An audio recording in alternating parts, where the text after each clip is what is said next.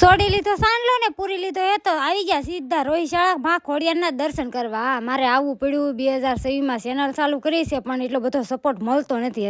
પણ મને વિશ્વાસ છે આજ નહીં તો કાલે મારી ચેનલ હાલી જશે. પછી તો હું આ ખોડિયારમાં મગરના દર્શન કરી લીધા, આ બે પાળિયાના દર્શન કરી લીધા. આ બે પાળિયાની રહસ્ય શું છે એ મને કોમેન્ટ બોક્સમાં જણાવજો. રોહિશાળા છે એ ખોડલમાંનું જન્મભૂમિ છે એટલે અહીંયા બધો ઇતિહાસ ખોડિયારમાંનો છે. પછી તો હું આ બધા દર્શન કરીને બહાર નીકળી ગયા. ત્યાંથી સીધા રાંદલમાંના દર્શન કરવા દડવા. 5 વર્ષ જૂની માનતા હતી મારે પૂરી કરવાની હતી. નરેશ કે હાલ માનતા પૂરી કરી નાખી. પછી તો શ્રીફળની જોડ લઈને મારા રાંદલને ચડાવવાની હતી.